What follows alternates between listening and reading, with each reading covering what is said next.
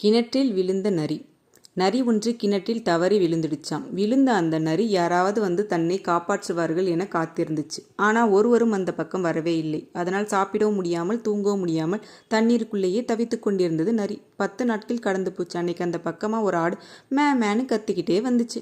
உடனே நரி உஷாரானது. இந்த ஆட்டை வச்சு எப்படியாவது மேலே வந்துடணும் என்று நரி நினைத்தது.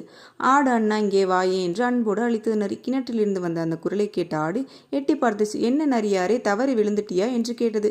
சேச்ச, நான் விழுவதா? நான் வேணும் தான் கிணத்துக்குள்ள இறங்கினேன். இந்த கிணத்துல இருக்க தண்ணி ரொம்ப சுவையா இருக்கு. நீ வேணா இறங்கி வந்து குடிச்சு பாரு என்றது நரி.